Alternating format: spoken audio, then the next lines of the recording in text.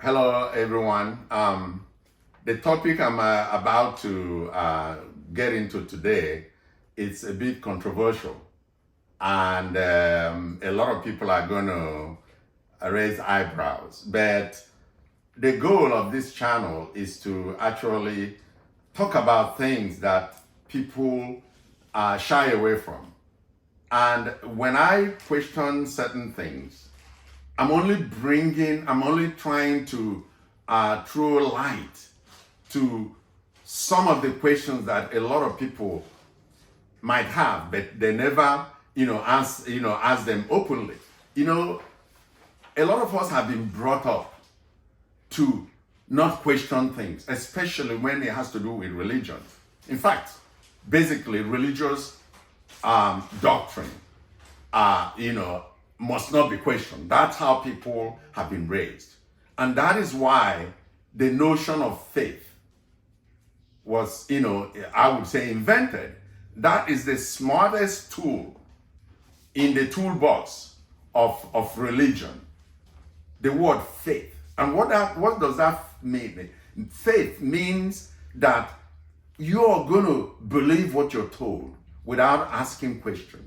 And that if you ask questions, it amounts to doubt.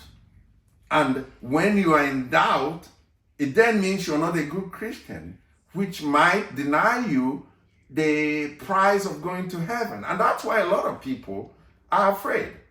And that's why that tool, faith, it's so, it works very well. A lot of Christians will not dare question what they are told.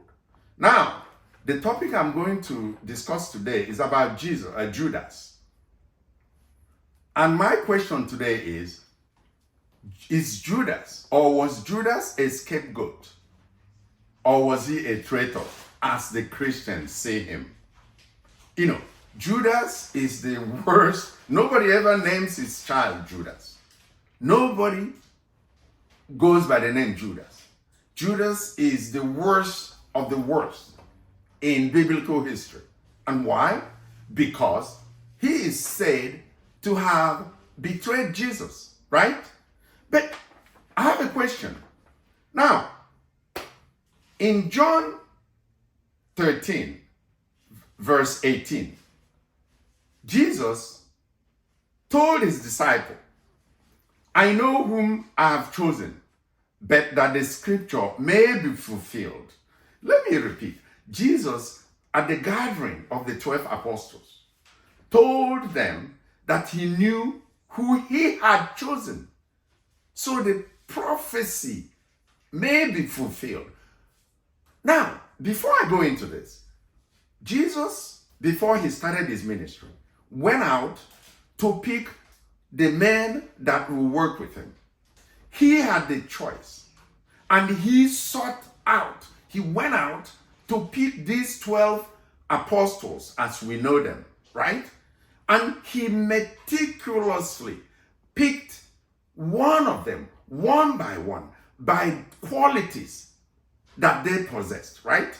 He, of course, did his homework. He didn't pick any of these 12 men randomly. He had his criteria for picking each and every of these men, right? Now, when he came to Judas as one of the disciples, he picked him, knowing in advance that this was the man that was going to betray him down the road.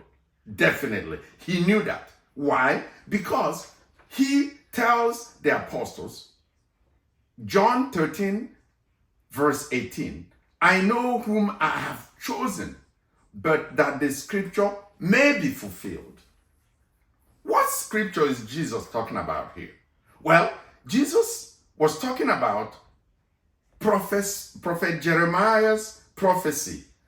Prophet Jeremiah's prophecy that was mentioned in Matthew 27, 9 to 10. And he reads as follows. Then what was spoken by Jeremiah, the prophet, was fulfilled. Then what was spoken by the prophet Jeremiah was fulfilled.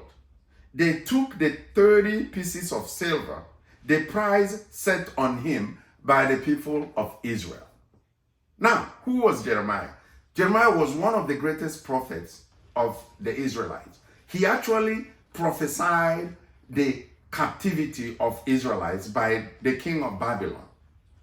And that's what is being mentioned here. So now, Jesus talked about that prophecy of Jeremiah that prophesied how he will be betrayed. And he knew that in advance. It's in the scripture. So Jesus now goes out to pick Judas. Now, my question is this. Was Judas a scapegoat really, or was he predestined?